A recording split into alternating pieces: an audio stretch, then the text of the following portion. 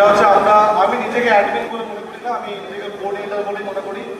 জেলার বিভিন্ন শিক্ষক সহশিক্ষক শিক্ষিকাদের মতামতগুলো আমি পৌঁছে দিই রাজ্য অব্দি, এবং তাদের পয়েন্টগুলো তুলে দিই আমরা ওয়াইএফের কাছে অব্দি।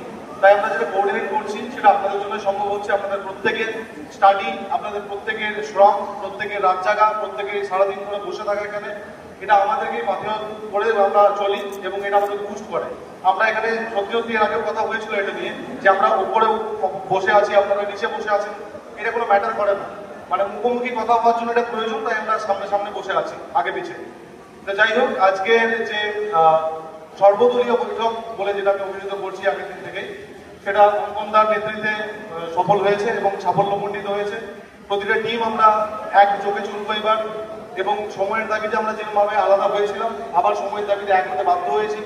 এক রাস্তায় আমরা হাঁটছি, লক্ষ্য আমাদের এক, তাই আমরা সবাই একসঙ্গে হাঁটবো এবং এই মামলায় জয়লাভ করবো। সেই সঙ্গে হৃদ সম্মান পুনরুদ্ধার করে আমরা আমাদের সবাই নিজে নিজে চাকরিতে ফিরবো। তাই সবাই আমার সঙ্গে একসঙ্গে বলুন, সত্যমেব জয়তে।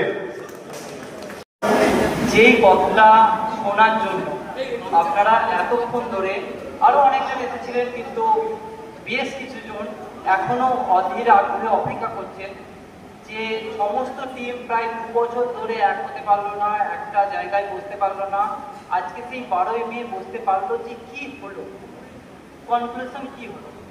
তাই ছোট বক্তব্যে আমি কনক্লুশনটা বলি।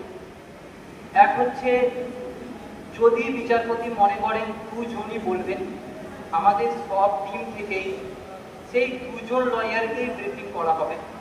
সমস্ত টিম থেকে 1 জন বা 2 জন যাওয়া হবে।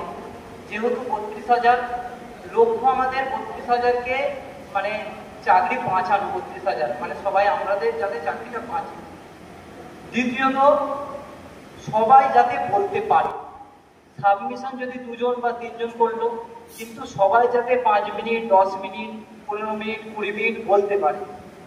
এইটা সব আইনজীবীদের কাছেই অনুরোধ করব, এবং আমাদের কল্যাণবাবুকেও আমরা বলেছি এর আগে দিন, যাতে সব দিনই তৈরি আছে, সবাই যাতে কিছুক্ষণ করে অবশ্যই বলতে পারে, এটা আমি অনুরোধ করেছি।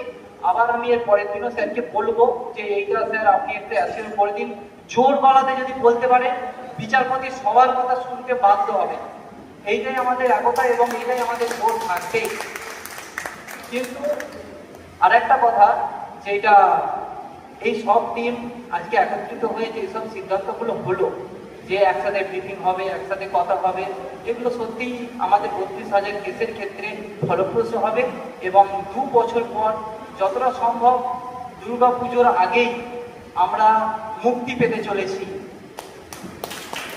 সবাই ভালো থাকবেন, সুস্থ থাকবেন, যাতে তাড়াতাড়ি আমাদের 32,000-এর জয় হয়, এটাই লক্ষ্য রাখবেন।